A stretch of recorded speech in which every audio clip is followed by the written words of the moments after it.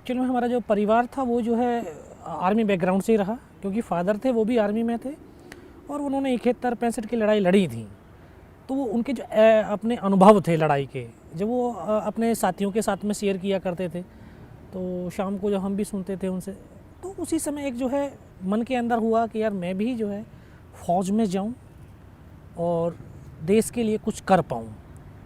तो एक उस समय जो उस टीन एज के अंदर जो एक बच्चे का जो सपने होते हैं, है ना, वो सपना ही मेरा ये था कि मैं जो है ना हर सपने के अंदर मुझे लड़ाइयाँ दिखती थी और उन लड़ाइयों में जो है लड़ता हुआ देखता रहता था सपने। मेरा भाई फिर फ़ौज में हो गया। मैं जब 10th क्लास में था, 11th में था, मेरा भाई फ़ौज में हो गया। मैं जब 12th में आया तो भाई जब छुट्टी आया वापस, तो उन्होंने बोला कि यार आप भी जो है फ़ौज को देख लो, ट्राई मारो।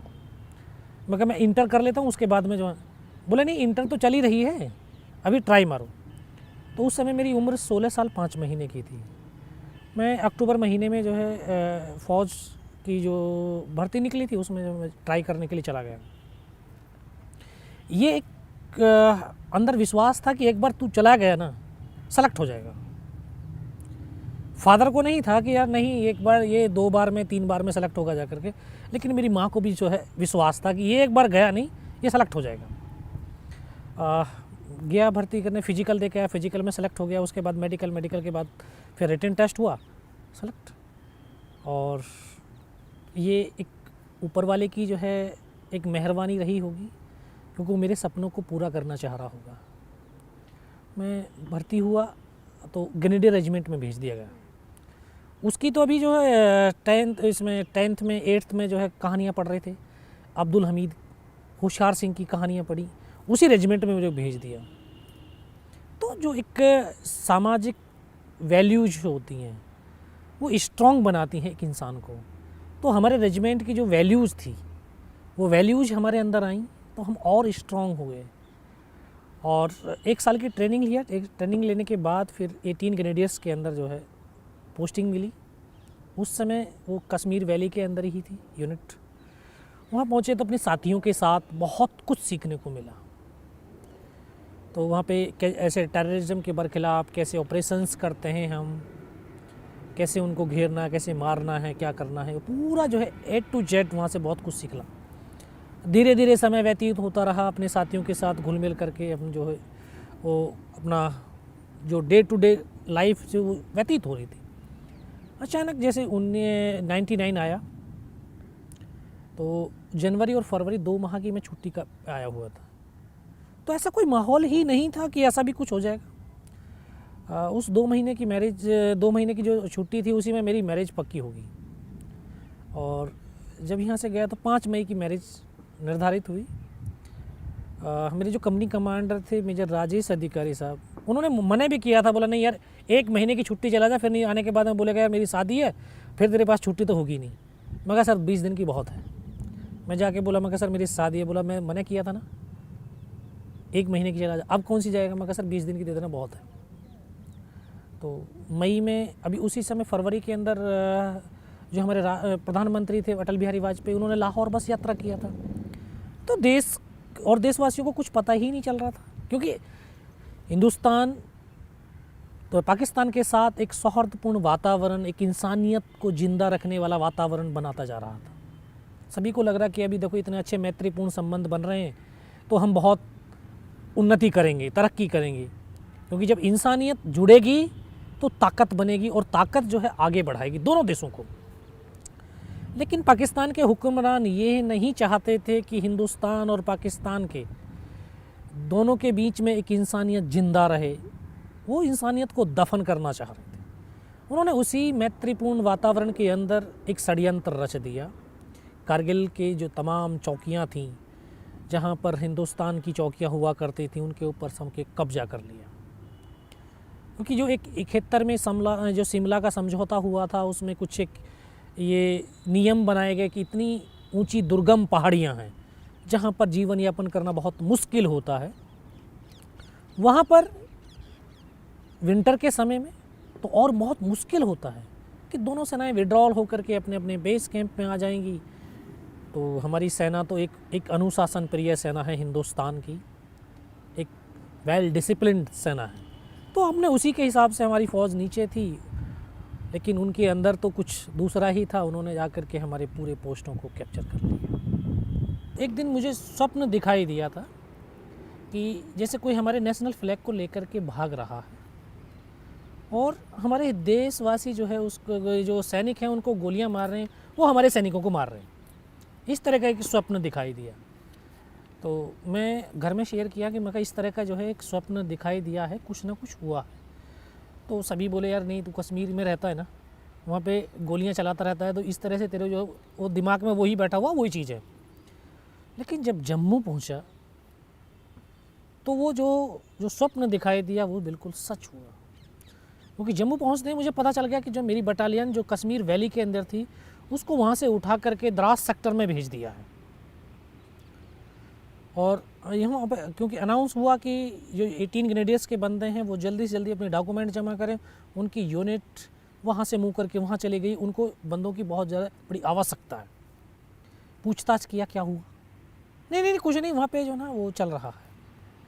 तो जैसे जैसे जानकारी मिली तो एक मेरा तो जो है दिली सपना था, आज वो सच हो रहा था। तो ये तो बहुत बड़े मेरे लिए प्राउड की बात थी, एक खुशी की बात थी। मैं सोच रहा था कि जल्दी से जल्दी कब यूनिट में पहुंचूं। लेकिन 2 दिन के बाद में जब यूनिट पहुंचा तो यूनिट जो है उस समय द्रास सेक्टर में तोलोलिंग पहाड़ी के ऊपर लड़ाई लड़ रही थी। तो उसी दिन बटालियन का मूवमेंट हुआ तो एक हमारा जवान को हेड शूट हुआ था, उसकी डेड बॉडी नीचे की तरफ आ रही थी। जो एक हमारा फ़ौज में एक संबंध होते हैं, आपसी संबंध, इंटर रिलेशंस जो होते हैं वो एक परिवार की तरह होते हैं। और परिवार में अगर किसी भी नुमाइंदे को कुछ चोट लगती है तो बाकी के परिवार के सदस्यों का खून खौल उठता है, वो जो लगाव है, अपनापन है। अभी जब हमने अपने साथी को देखा इस अवस्था में, अभी हमें लगा कि यार इसका बदला लेना है। तो उसी दिन हम 15 जवान छुट्टी काट करके गए थे। तो हमें एक साथ तो ऊपर भेजा नहीं, तो हमारी 2 कंपनियाँ, एक रिस से चढ़ी, 2 कंपनियाँ इस तरफ से चढ़ी ताकि जो मल्टीपल अटैक हो सकें और हम दुश्मन की ताकत को बांट करके आसानी से कब्जा कर सकें। क्योंकि जो वहाँ पे इन्फॉर्मेशन थी वहाँ पे ये था कि टेररिस्ट हैं 4 या 5, जो शुरुआती इन्फॉर्मेशन थी। तो उसी इन्फॉर्मेशन में जो है इधर से चढ़ रही थी, तो इधर वाली जो पार्टियाँ थीं, 2 कंपनियाँ थीं, उनके पास फाइटिंग पोर्टर्स नहीं थे।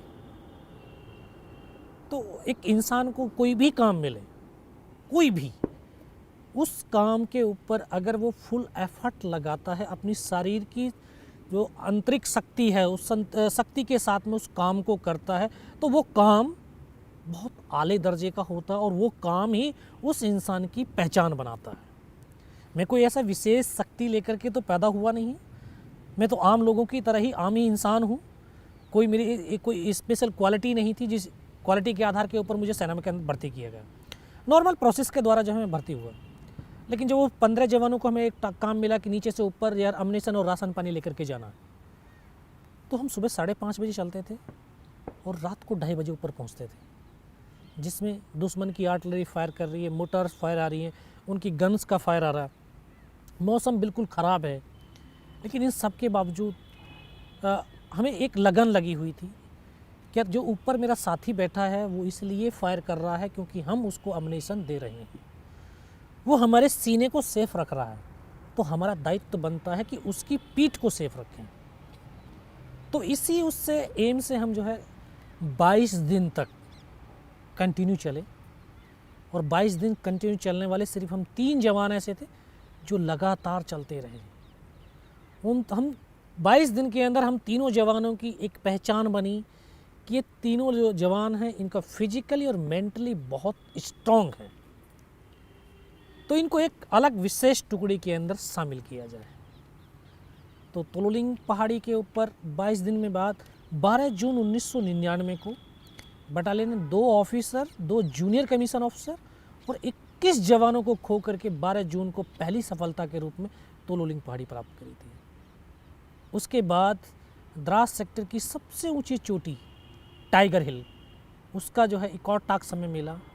तो बटालियन कमांडर ने बोला कि यार हमें एक और टास्क हिंदुस्तान की फ़ौज ने दिया है और ये हमें मौका है कि हमारे वो जो 2 ऑफिसर, 2 जूनियर कमीशन ऑफिसर और 21 जवान जो शहादत दी है उनका बदला लेने का हमें एक और मौका मिला है, तो हम उनका बदला लेंगे।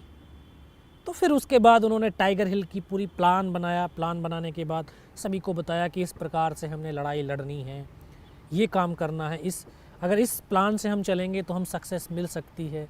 तो उसमें घातक प्लेटून, ये सबसे पहले राइट साइड वाला जो रास्ता था बिल्कुल खड़ी चट्टान थी 90 डिग्री की, जिस पे चढ़ना बहुत मुश्किल था, क्योंकि उधर से दुश्मन बिल्कुल आश्वस्त होकर के बैठा था कि यहाँ से हिंदुस्तान की फ़ौज चढ़ करके हमारे ऊपर हमला नहीं कर सकती है। हमें वही रास्ता चुना गया। फिर उस रास्ते पे चलने के लिए तो ज़रूरी था कि एक तो यंग जवान होने चाहिए, क्योंकि ऑक्सीजन की कमी थी, मौसम की मार थी। फिर अगर हम जल्दी से जल्दी उस रास्ते को कवर कर लेंगे तो हमें सक्सेस आसानी से मिल सकती है। फिर अगर हमारे अगर हम जल्दी उसको एरिया को कवर नहीं करते तो हमारा नुकसान ज़्यादा होगा। तो इसलिए एक यंगेस्ट टीम, कुछ पुराने जवान, उनका पूरा मिश्रण करके ये टुकड़ी बनी घातक प्लेटून। तो उसी समय हमारे कमीशन होकर के आए थे लेफ्टिनेंट बलवान सिंह, उसको उस टीम की जो है कमान सौंप दी गई। तो हमें 4-5 दिन का रिहर्सल का समय मिला कि आप किस प्रकार से अपने टास्क को पूरा करेंगे, इसकी जो है प्रैक्टिस कर लीजिए। फिर आखिरकार हमें चढ़ने का आदेश मिल चुका कि आप लोग उस दिन टाइगर हिल के लिए मार्च करेंगे। फिर हमने शुरू किया। तो उस पहाड़ी पर, क्योंकि ऊंचाई उसकी 16,500 फीट, रात को चढ़ सकते थे, दिन में नहीं। हम पूरी रात चलने के बाद सुबह जैसे ही फर्स्ट लाइट हुआ, उजाला हो गया, तो हमने वहाँ पर पत्थर, जो बड़े बड़े पत्थर थे, उनके पीछे छुप करके चुपचाप बैठे रहे। पूरा दिन उन पत्थरों के पीछे गुजारा। जैसे फिर अगली रात हुई, अंधेरा हुआ, फिर हमने चलना शुरू किया। तो पहाड़ियों के अंदर एक और चीज़ होती है कि पहाड़ी में जब बिल्कुल हम नीचे पहुंच जाते हैं पहाड़ी के, और जब उस पर चढ़ना देखते हैं तो जो पहली वाली टॉप है वही लगता है यार यही इसका मेन टॉप है। लेकिन जब उस टॉप पर पहुंचते हैं तो फिर अगले वाली चोटी दिखाई देती है। तो दूसरी रात जब हम पूरी रात चलने के बाद जो उस टॉप के नज़दीक पहुँचे, तो हमारे डेल्टा कंपनी साथ साथ चल रही थी हमारी सपोर्टिंग के लिए। तो उसके जो कंपनी कमांडर थे कैप्टन सचिन निम्बालकर, उन्होंने बोला यार बलवान, यहाँ पे तो कुछ भी नहीं है। बोला चलो यहाँ पे फ्लैग लगा देते हैं। जब उस चोटी के ऊपर चढ़े, यार ये नहीं है, अगले वाली चोटी है। फर्स्ट लाइट हो गई थी। सभी ने बोला सर ऐसा करते, चाय पीते हैं फिर चलते हैं। बोला नहीं, चाय वहीं पियेंगे जाकर के। उस दिन तो पूरा दिन चले हम, पूरा दिन चलते। शाम के वक्त यही समय रहा होगा। तो वहाँ पहुँचे, उस टॉप पर पहुँचे तो फिर अगले वाली चोटी दिखाई दी। फिर सभी ने बोला सर ऐसे करते हैं, अभी थोड़ा सा रेस्ट करके फिर चलते हैं, क्योंकि पूरा दिन हो गया, पूरी रात हो गया चलते हुए। तो अभी हम वहाँ पे बैठ करके अपने वेपन्स को डिप्लॉयड कर ही रहे थे। तो सचिन निम्बालकर साहब के साथ जो टीम थी वो आगे के इलाके को थोड़ा सा सर्च करने के लिए चली गई। जैसे वो आगे की तरफ गए तो दुश्मन इतना चौकन्ना था, इतना चालाक था, वो अपने आप को तब तक छुपा करके बैठा हुआ था कि हम जैसे दुश्मन उसके नज़दीक पहुँचे और वो तब फायर खोलता था। तो जो हमारी टीम उनके नज़दीक पहुंची तो उनके ऊपर फायर खोल दी।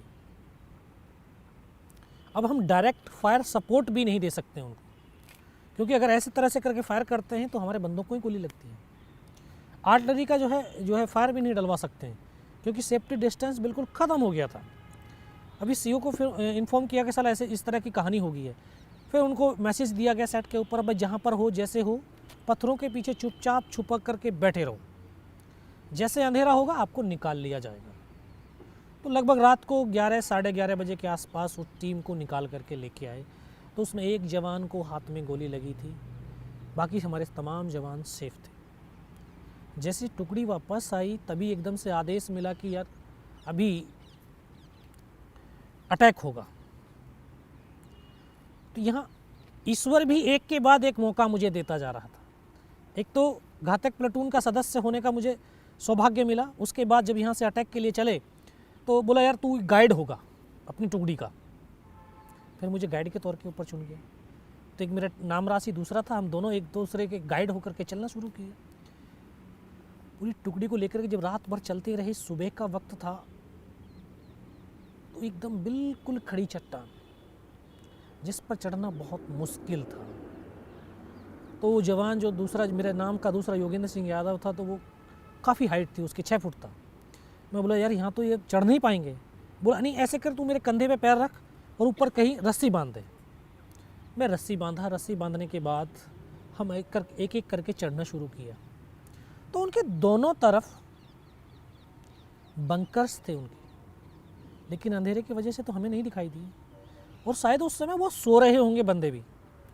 लेकिन जब हमारी आवाज़ हुई, पत्थर गिरे ऊपर से, तो शायद उनकी आंखें खुली होंगी और उन्होंने ऐसे फायरिंग खोल दिया। एक बंकर उसका इधर था, एक इधर था, तो इस तरह से ऐसे क्रॉस फायरिंग हुआ तो हमारी टुकड़ी का रास्ता कट ऑफ हो गया। हम केवल 7 जवान जब तक क्रॉस कर चुके थे, बाकी को फिर किसी को क्रॉस करने ही नहीं दिया उन्होंने। ऊपर पहुँचे तो 7-8 मीटर का बिल्कुल प्लेन, सामने 2 बंकर्स, उन्होंने हमारे ऊपर फायर खोला। हमने भी इधर से आधाधुंध फायरिंग खोला, लेकिन हमने उनको मार गिरा दिया। अब जो हमारा उनका फायरिंग चल रहा था, जो टाइगर हिल का टॉप था, 50-60 मीटर रहा होगा। तो 50-60 मीटर दूरी कोई ज़्यादा दूरी नहीं। उन्होंने देखा यार यहाँ तक हिंदुस्तान की फ़ौज पहुँच गई है। इतना ज़बरदस्त हमारे ऊपर गोलाबारी शुरू किया उन्होंने। हम ऐसी परिस्थिति में आ गए कि एक कदम आगे रखते हैं तब भी हमारी मौत थी, और एक कदम पीछे रखते हैं तब भी हमारी मौत थी, यानी मरना निश्चित हो गया था। सभी ने बोला यार मरना ही तो है यार, मरने से पहले जितने ज़्यादा से ज़्यादा हम मार सकते हैं हम मारेंगे। और ये हमारे देश और हमारी सेना की सबसे बड़ी ताकत है कि हमारे सैनिक का जो शरीर चाहे गोलियों से छलनी क्यों ना हो जाए, उसकी आखिरी सांस क्यों ना बची हो, उसके शरीर की अगर एक भी बूंद बची है शरीर के अंदर, तब भी उसके जो है कदम दुश्मन की तरफ बढ़ते हैं, कभी पीछे की तरफ नहीं बढ़ते। ये हमारी भारत माता की मिट्टी में जन्म लेने वाले हर एक हिंदुस्तानी का जो है उसमें ताकत है। वो हम आगे की तरफ भागे, उनकी डेड बॉडियों को निकाल करके मोर्चे से भगाया, फिर उनके मोर्चों से हमने लड़ना शुरू किया। हमें लगभग 5 घंटे हमें हो गए उनके साथ लड़ते। तो 5 घंटे में धीरे धीरे हमारा अम्युनिशन तो ख़त्म होना ही था। जब बहुत कम मात्रा में हमारे पास अम्युनिशन बचा तो हमने आपस में प्लान किया कि यार अगर हमारे पास अम्युनिशन ही नहीं होगा तो इस राइफ़ल का हम क्या करेंगे, कैसे लड़ाई करेंगे। अभी जो भी अम्युनिशन है उसका एक ऐसा उपयोग करेंगे कि अब हम फायर बंद कर देते हैं, ताकि दुश्मन को लगे कि यार ये तो मर गए हैं, ये इनका अम्युनिशन ख़त्म हो गया, ये बाहर निकल कर के आए पत्थरों से, तब हम फायर खोलें ताकि हम ज़्यादा से ज़्यादा दुश्मन को मार सकते हैं। हमने वो प्लान किया। उनकी जो मोटर्स फायर हुआ, उनकी आर्टिलरी का जब फायर हुआ, अचानक से हमने फायर बंद कर दिया, क्योंकि वो नज़दीक थे, आवाज़ तो हमारी भी सुन रहे थे वो। तो हमने फायर बंद किया। फायर बंद करते ही 15-20 मिनट के बाद जब फायर ने हमारी तरफ से कोई फायर नहीं हुआ, उनको लगा कि यार ये मर गए या इनका अम्युनिशन ख़त्म। तो 15-20 मिनट के बाद पाकिस्तान के 10-12 जवान थे, वो सिर्फ वो नज़दीक आए देखने के लिए कि यहाँ पर हिंदुस्तान के इस जवानों की संख्या कितनी है, जिंदे हैं या मर गए हैं। तो हम अलग अलग, इस पत्थर के पास 2, उस पत्थर के पास 3 तरफ हम बैठे हुए थे, आपस में पूरा कोऑर्डिनेशन किया था। तो वैसे सामने से जब निकल करके बाहर आए पत्थरों से, एक साथ हमने फायर खोला। उनमें से 1-2 बचा होगा, बाकी सबको मार दिया। अब हमारे पास अम्युनिशन हो गया, हमारे पास वेपन हो गया। फिर हमने उन्हीं का वेपन, उन्हीं का अम्युनिशन लेकर के फायरिंग करना शुरू की। तो जो 1-2 जो बचा था, उन्होंने जाकर के अपने ऊपर जो कमांडर थे उनको बताया, क्योंकि फायर खोलते ही पता चल गया कि यहाँ पर 8-10 बंदे ही हैं। उन्होंने ऊपर जाकर के बता दिया कि हिंदुस्तान के वहाँ पर 8-10 बंदे हैं। तो विदिन 30 मिनट हमें संभलने का मौका नहीं मिला। 30 से 35 पाकिस्तान के जवानों ने दोबारा से हमला कर दिया, और हमला इतना ज़बरदस्त, जो भी उनके पास जितने भी वेपन थे, सभी वेपन्स का एक साथ फायर खोल दिया। हम जहाँ पर बैठे थे हम सर नहीं उठा सकते थे, जिसने भी सर उठाया उसका सर चला गया। तो काफ़ी देर के बाद जब उन्होंने एकदम फायर बंद किया, फिर पत्थर फेंकने शुरू कर दिए, ग्रेनेड फेंकने शुरू कर दिए। धीरे धीरे अल्लाह अकबर के नारे लगाते हुए नज़दीक आने लगे। तो हमने फिर भी फायर नहीं खोला, क्योंकि हमें पता था कि मैं फायर खोलूँगा तो मुझे मेरी लोकेशन जाहिर हो जाएगी और वो दूर से मुझे बर्बाद कर देगा। तो नज़दीक आएंगे तब मैं फायर खोलूँगा। अब वो और नज़दीक आते रहे। तो हमारे पास एक LMG थी, लाइट मशीन गन। वो उनको नज़दीक से, जब नज़दीक आए तो वो उनको नज़र आ गया। जैसे वो नज़र आया तो उनको सीधा उसी के ऊपर RPG का राउंड दाग दिया। वह LMG के जो बैरल थी वो डैमेज हो गई। उसको चलाने वाले जो जवान थे उनको भी पत्थर लगे आकर के। तो एकदम से वो छोड़ करके, ऐसे प्लेटून हवलदार इस तरफ बैठा हुआ था, हमारा एक हवलदार मदन, उसकी तरफ भागे। तो उन्होंने बोला यार मर गए सर, मर गए मर गए। तो वो आज भी उनके वो शब्द मुझे आखिरी शब्द थे, आज भी याद ऐसे गूंजते हैं मेरे दिमाग के अंदर। क्योंकि उस एलएमजी के जस्ट बाएं तरफ मैं बैठा तो मुझे आवाज़ दिया कि योगेंद्र, बोला इस एलएमजी को उठा करके फेंक। बोला दुनिया में आज कोई बचाने वाला नहीं है इस वेपन के सिवा, क्योंकि उसकी फायर पावर बहुत ज़्यादा थी। तो नज़दीक नहीं आ रहे थे दुश्मन उससे। जैसे मैं उसको एलएमजी को ऐसे उसको पकड़ा और उसकी तरफ फेंक तो दिया, मेरी नज़र ऊपर की तरफ गई तो जिस पत्थर से मैं फायर करा उसी के ऊपर 7 पाकिस्तान के जवान खड़े थे। मैं कहा सर ये तो नज़दीक आ गए। बोला कहाँ पर? ये खड़े हुए। वो जैसे ही आवाज़ सुनाई दी सीधा मेरे ऊपर ग्रेनेड फेंका उसने। तो जो मेरा नाम राशि था योगेंद्र यादव, वो पीछे की तरफ लेट करके फायर कर रहा था। तो उसको ग्रेनेड का एक टुकड़ा लगा, यहाँ से उसकी उंगली कटी, दूर जा कर के पड़ी। वो एकदम से उसको आभास हुआ कि यार मेरा हाथ कट गया। बोला मेरा हाथ कट गया। मैं पीछे की तरफ देखा, मैं कहा नहीं यार हाथ नहीं कटा। बोला और? मैं कहा उंगली कटी है। उसको फर्स्ट एड दिया। फर्स्ट एड देने के बाद सभी ने बोला यार ऐसे कर, तू अभी फायर तो कर नहीं पाएगा, तू नीचे की तरफ कूद और अपनी कहीं से दाएं बाएं से टुकड़ी को चढ़ाने की कोशिश कर। बोला नहीं नहीं मैं नीचे नहीं जाऊँगा। हम तो बिल्कुल नए जवान थे, 2.5 साल की सर्विस थी, 19 साल की उम्र थी, कोई अनुभव नहीं था। सिर्फ किताबों में अभी स्कूल में पढ़ कर के आ रहे थे कि यार एक सैनिक दूसरे के लिए अपने आप को कुर्बान कर देता है। आज तो देखने को मिल रहा था। हमारे लिए बहुत बड़ी प्रेरणा की ये ताकत थी, शक्ति थी। तभी क्योंकि हमारी एलएमजी बिल्कुल साइलेंस होगी, उसकी बैरल डैमेज होगी, अभी दूसरी बैरल उसके ऊपर जो है लगा रही थी, तब तक एक स्नाइपर थी हमारे पास। तो उस स्नाइपर को उन्होंने निशाना बनाना शुरू कर दिया। तो 3 तरफ से उसके ऊपर फायर आ रहा था। एक मेरा ट्रेनिंग का साथी था गनीडे अनंतराम, जो हम रूममेट थे ट्रेनिंग के। तो हमको एकदम से प्लेटून हवलदार ने बोला कि यार तुम दौड़ करके उसके पास जाओ। जैसे मैं वहाँ से हरकत किया तो उनको मेरा मूवमेंट दिखाई दिया कि यहाँ से कोई बंदा यहाँ से गया है। सीधा जैसे उसी मूवमेंट के ऊपर फिर उन्होंने ग्रेनेड फेंका। तो ग्रेनेड का जब एक टुकड़ा आकर के मेरे घुटने के नीचे लगा तो जैसे मैं खड़ा था, खड़े के खड़े नीचे गिर गया। मुझे ये आभास हुआ कि यार घुटने से पैर कट गया। कुछ देर के बाद एकदम से मैंने ऐसे हाथ मारा तो मगर नहीं, पैर तो है। मैं खुद फर्स्ट एड करने लगा। हमें अपने जो है जो भी काम मिला, जो भी काम मिलता है, उस काम के अंदर एक अपना मन लगा करके, पूरा एफर्ट लगा करके हम अगर उस काम को करते हैं, चाहे हमारे शरीर की शक्ति उसमें पूरी छीण ख़त्म क्यों ना हो जाए, लेकिन आस्था अगर उस काम के प्रति बनी हुई है तो उस शरीर के अंदर ईश्वरीय शक्ति संचारित होती है। मैं आपको ये बताना चाहूँगा कि जब वहाँ पर लोग मेरे साथी एक एक करके मेरे से जुदा हो रहे थे, मुझे इतना सब कुछ हो गया, मेरे जो है पैर लगा कि पैर कट गया है। मैं खुद फर्स्ट एड करने लगा। तभी फर्स्ट एड कर ही रहा था कि एक और ग्रेनेड का टुकड़ा आया, यहाँ से ये पूरा काट दिया। इसको कटने के बाद तो मुझे मेरा चेहरा बिल्कुल सुन्न हो गया। मुझे लगा कि यार आँखें नहीं हैं अभी, क्योंकि दिखाई देना बिल्कुल बंद हो गया था। और जब आँखें खुली तो देखा ऊपर से नीचे तक लहू लुहान और नाक से खून की धार बह रही थी। वहाँ पर उनका स्लीपिंग बैग था, उससे काफ़ी देर तक ब्लड साफ किया लेकिन खून बंद नहीं हुआ। लेकिन जब खून में फिर भी, क्योंकि एक जुनून था अपने साथियों के लिए, अपने देश के लिए, अपनी सेना के लिए कुछ कर गुजरने का, फिर भी मैं आगे बढ़ा।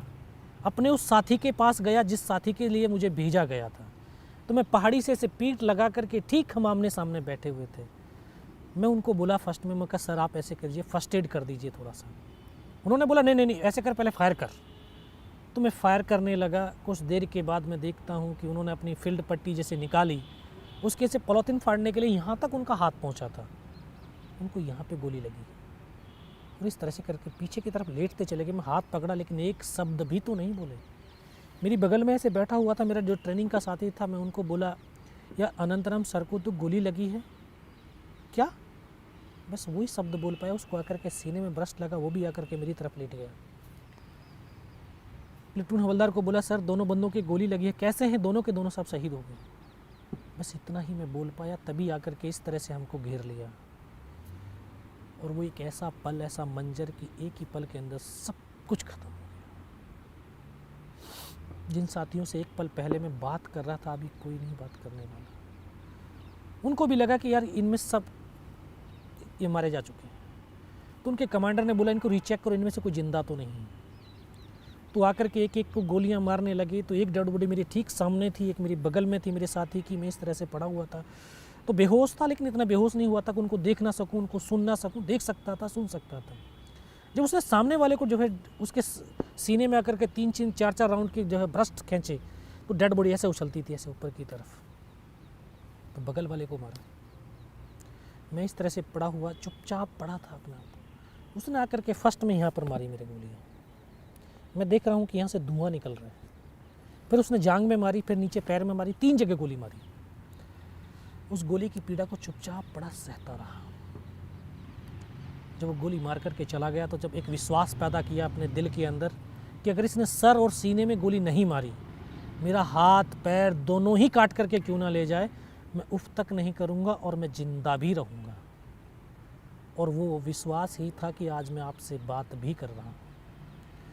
तभी उनको तो यकीन हो गया कि इनमें से कोई जिंदा नहीं है। फिर उनके कमांडर ने, जो पाकिस्तान का एक था, उनका कमांडर था, उन्होंने हमारे एक नीचे पोस्ट था, MMG पोस्ट, उन्होंने उनका बेस कैंप था टाइगर हिल की बगल में, मस्को वैली था, उसको मैसेज दिया कि यार नीचे जो हिंदुस्तान का MMG पोस्ट है उसके ऊपर हमला कर दो। जब ये आवाज़ मेरे कानों तक लगी तो मुझे लगा यार आज तो मेरी पूरी टुकड़ी ख़त्म हो जाएगी। ऊपर इनका पोस्ट है, नीचे अगर इन्होंने हमला कर दिया, बीच वाले मेरे साथी कहाँ जाएंगे। तब ऊपर वाले से एक ही प्रार्थना करें कि मुझे इतनी जिंदा रख दे कि मैं अपने साथियों तक सूचना दे सकूं। अगर निस्वार्थ भाव है, सच्ची श्रद्धा है, तो ईश्वर शक्ति भी साथ देती है। सभी के पास एक आंतरिक शक्ति है। जो इस धरती पर जिसने जन्म लिया है उसके पास एक ताकत है। बस उस ताकत को पहचानने की, अपने अंदर एक कॉन्फिडेंस पैदा करने की ज़रूरत है। अगर एक इंसान अपने अंदर सेल्फ कॉन्फिडेंस पैदा कर लेता है, एक डिटर्मिनेशन कर लेता है कि मुझे ये करना है, तो ऑटोमेटिक उसके अंदर एक मोटिवेशन आ जाता है। और मोटिवेशन तो वो ताकत होती है कि किसी भी परिस्थिति में किसी भी काम को पूरा करने के लिए वो हमेशा प्रेरित करती रहती है। और मोटिवेशनल, इससे बड़ा और मोटिवेशनल हो ही नहीं सकता कि हम तो ऐसी पावन मिट्टी, हिंदुस्तान की मिट्टी में हमने जन्म लिया है, जो वीर और वीरांगनाओं ने अपने खून से सींचा है। इसको ऋषि मुनियों की मिट्टी है ये। इससे बड़ी और ताकत, इससे बड़ा और मोटिवेशनल हमारे लिए और कुछ हो ही नहीं सकता है। आत्मविश्वास और एक दृढ़ता ये थी कि जो मैं ये सोच रहा था कि यार मेरी आखिरी सांस तक मैं इस ज़मीन को नहीं छोड़ूंगा। 3 बार गोलियां मारी उसने, लास्ट उसने सीने पे भी गोली मारी।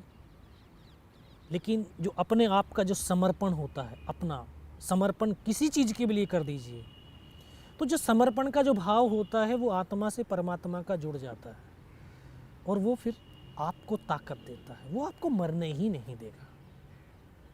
तो शायद उसने जब गोली मारी तो यहाँ पर पर्स था, पर्स में भी गिलट के 5-5 रुपए के सिक्के, और वो भी इकट्ठे कर दिए परमात्मा ने। लेकिन उस गोली के धक्के से तो मुझे आभास हुआ कि यार मैं मर गया हूँ। गोली तो अंदर नहीं गई, लेकिन रिकोचिट हो गई, लेकिन आभास हो गया कि मैं मर गया हूँ। उन्होंने, जो पाकिस्तान के जो जवान थे, उन्होंने हमारे साथ जो अमानवीय क्रूरताएँ की, जैसे बूट की ठोकरें मारना हमारी डेड बॉडियों के अंदर, हमें गालियाँ देना, बहुत कुछ उन्होंने की। फिर लास्ट में उनके कमांडर ने बोला इनके वेपन उठा लो। तो उनके एक जवान आया, दोबारा से जो है गोली मार रहा है, दूसरा वेपन उठा रहा है। फिर उसने वेपन जब उठाया तो यहाँ मेरी AK-47 ऐसे पड़ी हुई थी, उठा करके जब वापस मुड़ा तो मुझे अनकॉन्शियस हो गया था, मुझे लग नहीं रहा था कि मैं ज़िंदा भी हूँ। लेकिन जब उसका पैर मेरे पैर से शायद टकराया तो मुझे एकदम से लगा यार मैं तो ज़िंदा हूँ। तब एक ताकत अंदर से एकदम से आवाज़ आई कि यार अभी तक नहीं मरा तो अब मरेगा भी नहीं। मेरे पास एक हैंड ग्रेनेड बचा था, मैंने अपने धीरे से अपना हैंड ग्रेनेड निकाला, पिन निकाल करके उसके ऊपर ऐसे फेंक दिया। तो कोट के अंदर जो हुड लगा हुआ था, हुड के अंदर वो ग्रेनेड गिर गया। जब वहाँ पे गिरा तो उसको लगा कि यार कुछ गिरा है। उसने पीछे की तरफ मुड़ करके देखा, पीछे तो कोई मोमेंट था नहीं। तो जब तक वो ग्रेनेड को निकाल पाता, ग्रेनेड फट गया। ग्रेनेड के फटते ही जो पाकिस्तान के दूसरे जवान थे उनमें एकदम से खलबली मची कि इनमें से कोई जिंदा है। कुछ बोले जिंदा नहीं, नीचे से फौज आ गई है, क्योंकि जिसने 3 बार गोलियां मारी हो कौन कह सकता है कि जिंदा होगा। वो एक मौका था मेरे पास कि मैं अपने देश के लिए, अपनी भारत माता के लिए कुछ विशेष कर गुजर जाऊं। मैं तुरंत उसकी राइफ़ल को उठाने की कोशिश करी, क्योंकि उसका पूरा सर उड़ गया और हमारे ऊपर आकर के गिरा पाकिस्तान का वो जवान। मैं उसकी राइफ़ल को ऐसे पकड़ने की कोशिश करी, लेकिन ये हाथ तो हिला ही नहीं, क्योंकि इस हाथ की हड्डी निकल के पूरी बाहर हो गई थी। एक हाथ से राइफ़ल को उठाया, वहाँ से फिर एकदम से उनके ऊपर फायर खोला, 3-4 बंदे और उनके मारे गए। फिर इसी हाथ से पलटा खाया, दूसरे पत्थर से, तीसरे पत्थर से। जब 3-4 जगह से फायरिंग किया तो उनको लगा कि यार हाँ, नीचे से रीइंफोर्समेंट आ गई है। फिर उनके हौसले पस्त हो गए, वो पैर उखड़ गए उनके, और वहाँ से उनको भगा दिया। 3-4 मीटर तक रेंगता हुआ आगे गया तो देखता हूँ आगे जाने के बाद उनके सामने टेंट लगे हुए हैं, लंगर चल रहा है, उनके वेपन वहाँ पे डिप्लॉयड हैं। क्योंकि मुझे इतनी भी समझ थी कि अभी हमारी टीम के बाद दूसरी टीम आएगी अटैक के लिए। अगर उस टीम को जो है जितनी ज़्यादा से ज़्यादा इन्फॉर्मेशन मैं दे सकता हूँ तो शायद उनकी कैजुअलिटी कम होगी। वो सब कुछ देखा, और फिर एक पागलपन भी था। पागलपन था अपने साथियों को बचाने का, कि मुझे नीचे जाना है, किसी भी हालत में नीचे पहुंचना है, ताकि उनको सूचना दे दूं, उनके ऊपर हमला होने से पहले वो चौकन्ने हो जाएं, अपने आप को वहाँ पे बिल्डअप कर सकें। फिर मैं वापस मुड़ करके जब अपने साथियों के पास पहुंचा तो एकदम से लगा कि हो सकता है इनमें से कोई मेरा साथी जिंदा होगा। आकर के देखा तो किसी का पूरा सर फटा हुआ बाहर निकला हुआ था, किसी के पूरे फेफड़े बाहर निकले हुए थे। एक एक को गोद में रख करके सिर को बहुत देर बैठ करके रोता रहा, बहुत देर बैठ करके रोया, और रोते रोते फिर अपना आप को संभाला। मुझे तो ये भी पता नहीं चल रहा था कि किधर हिंदुस्तान है, किधर पाकिस्तान है, क्योंकि 2.5 साल की सर्विस थी, कुछ समझ में नहीं आ रहा था मुझे। बहुत देर संभालते रहे, लेकिन फिर बाद में धीरे धीरे जब गोली लगी हुई, बहुत टाइम हो गया तो शरीर के अंदर कंपन भी पैदा हो गई। ये लटक गया था टूट करके हाथ, इस हाथ को ऐसे बांधने की कोशिश करने लगा, लेकिन ये बंद भी नहीं पा रहा था। ये सोचा कि यार कट गया, इसको तोड़ करके ही फेंक देता हूँ इससे अच्छा, क्योंकि बहुत ज़्यादा दर्द होने लगा था। इसको हाथ में झटका मारा, तोड़ने की भी कोशिश करी, लेकिन टूटा नहीं। फिर इसको उठाया, पीछे बेल्ट में फंसाया, कमर पे गिर के। फिर सोचता रहा कैसे करूं, क्या करूं। तो एकदम से ऐसी आवाज़ सुनाई दी जिसने बोला, बेटा इस नाले से नीचे की तरफ चला जा। मैं बिना कुछ सोचे समझे उस नाले से लुढ़क गया। वो लुढ़क करके जब नीचे पहुंचा तो एकदम ऐसे गड्ढा आ गया था। एक हाथ से पत्थर पकड़ करके लटका हुआ था। तब मुझे लगा यार मैं पाकिस्तान की तरफ आ गया हूँ। तो मैं देखा तो मुझे मेरे साथी नज़र आए, उनको मैंने आवाज़ दिया तो वहाँ से दौड़ करके आए। उन्होंने देखा कंडीशन कि ये बचेगा नहीं। मैं उनको बोला कि यार मुझे कुछ नहीं होगा, सिर्फ पोस्ट को बचा लो कैसी करके। ये दिन के 1-1:30 बजे का समय था, बिल्कुल मौसम साफ, धूप खिली हुई थी। सीओ को इन्फॉर्म किया गया कि सर इस तरह की कहानी हुई है। सीओ ने बोला इस लड़के को जल्दी से जल्दी मेरे पास पहुंचाओ। तो फर्स्ट एड तो दिया, सीओ के पास पहुंचा तो इतना खून, ब्लड निकल चुका था कि मुझे दिखाई देना बिल्कुल बंद हो गया था। सीओ ने बोला बेटा कुछ पहचानता है? मैं कहा साहब मुझे कुछ भी नज़र नहीं आ रहा, सिर्फ आवाज़ सुनाई दे रही है। बोला मैं तेरा commanding officer colonel Kushal Chand Thakur. मैं जय हिंद साहब, बहुत तेज़ सर्दी लग रही है साहब। तो उन्होंने ये अपना ये स्टोव जलवाए, टेंट के अंदर लिटा करके, थोड़ी गर्मी महसूस हुई तो अभी धीरे धीरे जो ज़बान भी ऐंठने लगी थी बारूद की वजह से। मैं कहा साहब पानी पिला दो। तो एकदम डॉक्टर साहब दौड़ करके आए, उन्होंने बोला बेटा मैं पानी पिलाता हूँ। तो उन्होंने एक ग्लूकोज की पूरी बोतल पिलाई। शरीर के अंदर थोड़ी सी और एनर्जी महसूस हुई। तो बोले बेटे बता सकता है? मैं कहा हाँ सब बता सकता हूँ। तब ऊपर की तमाम इन्फॉर्मेशन उनको दिया। तो लास्ट में बोले बेटा ये बता जवान की रिक्वायरमेंट क्या है? मैं कहा जवान की रिक्वायरमेंट अम्यूनिशन और फील्ड पट्टी की, बाकी कोई रिक्वायरमेंट ही नहीं है। बोला खाने के लिए नहीं चाहिए। एक बड्डी पेड़ के अंदर 72 घंटे से भी ज़्यादा का समय हो गया था, सिर्फ आधा बिस्कुट का पैकेट खाया था, आधा तो बैलेंस ही था। मैं कहा सर भूख ही नहीं लगती। अभी मैं 26 जनवरी पे हर साल जो है अपनी परेड को लीड करते हैं हम एज ए परमवीर चक्र। सारे जो जितने भी हैं आज भारत के अंदर 3 ही परमवीर चक्र हैं जो जीवित हैं, और तीनों के तीनों जो है परेड को लीड करते हैं। जो कल का भारत है वो युवा भारत है, और युवा भारत वो भारत की ताकत है। और वो ताकत जिस दिशा में भी बढ़ेगी, हमारा देश उस दिशा में ही बढ़ेगा। उस देश की दशा और दिशा को बढ़ाने में जो हमारी युवा ताकत है उसका बहुत बड़ा योगदान है। हम ऐसा भारत, हम ऐसा कल भारत, जो कल का भारत हम ऐसा देखना चाहते हैं कि जो हमारा युवा है उसके जो अंदर एक स्ट्रांगता होनी है, एक ताकत होनी चाहिए, एक जज्बा होना चाहिए अपने देश के लिए, अपने कार्य के लिए। जो भी हम काम करें, ज़रूरी नहीं कि सेना में राइफल लेकर के बॉर्डर पे खड़ा होकर के ही राष्ट्रभक्ति होती है। ज़रूरी है कि जिस हम क्षेत्र में काम करते हैं, हर एक क्षेत्र एक युद्ध की तरह होता है, हर एक काम एक युद्ध की तरह होता है। और युद्ध में जीत उस सैनिक की होती है, उस योद्धा की होती है जो उस युद्ध को बखूबी समझ करके उसके पहलुओं को रिसर्च करे, उसके ऊपर गहराइयों को सोचे, उसकी कमजोरियों को पता करे और उन कमजोरियों के ऊपर हम वार करेंगे तो हम आसानी से जीत हासिल कर सकते हैं। तो हम यहाँ पर भी किसी भी सेक्टर में रह करके जो हमारा एक युद्ध चलता है, एक हम सुबह उठने से लेकर के शाम के सोने तक डेली का जो एक युद्ध है, युद्ध क्षेत्र है ये, इस युद्ध क्षेत्र में हम जीत कैसे हासिल करें।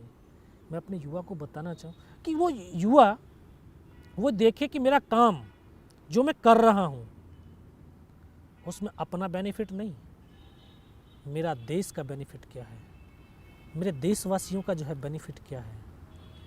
क्योंकि हम दूसरों के लिए समर्पण की भावना हमारे यूथ में होनी चाहिए, अपने लिए नहीं। क्योंकि जो अपने लिए समर्पण होता है वो स्वार्थ आ जाती है, स्वार्थ। और हिंदुस्तान का युवा हमेशा निस्वार्थ होना चाहिए। मैं ऐसे कल के भारत का जो है निर्माण चाहता हूँ, मैं ऐसा भारत देखना चाहता हूँ कि हर एक युवा जिसमें निस्वार्थता, त्याग, उसमें एक आत्मविश्वास से परिपूर्ण हो, भरा हुआ हो, उसमें राष्ट्रभक्ति हो, अपने प्रेम, एक राष्ट्र का प्रति प्रेम हो। क्योंकि प्रेम बहुत बड़ी ताकत होती है जो इंसानों को एक साथ जोड़ती है और एक उस जोड़ से एक बहुत महान शक्ति बनती है जहां हम आगे बढ़ते चले जाते हैं। तो ऐसा भारत चाहिए, ऐसा युवा चाहिए मुझे भारत का। Selfless India, tomorrow's India. Tomorrow's India, let's start with I.